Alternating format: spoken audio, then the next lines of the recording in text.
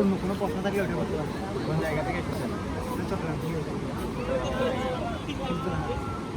হাট থেকে তো অনেক কাছে। আজকে ধরেন এই 4 ঘন্টা এই যে এসেছেন কেমন লাগতেছে আসলে? আমি সাঁতার দ্বারা এসেছি, কিন্তু ঈদের টাইমে এবার ফার্স্টে এসেছি। তো মোটামুটি মানুষজন তো ভরপুর আছে,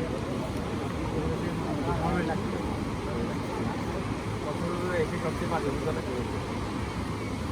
বাজে অভিজ্ঞতা বলতে ওইরকম তো কিছু না, মানে আপনার ধরেন এই টাইমে তো একটু গ্যাদারিং বেচিং থাকে, তো সব কিছু মিলাই দিলাই মানে মোটামুটি বলতে গেলে ভালো। আচ্ছা, ধন্যবাদ।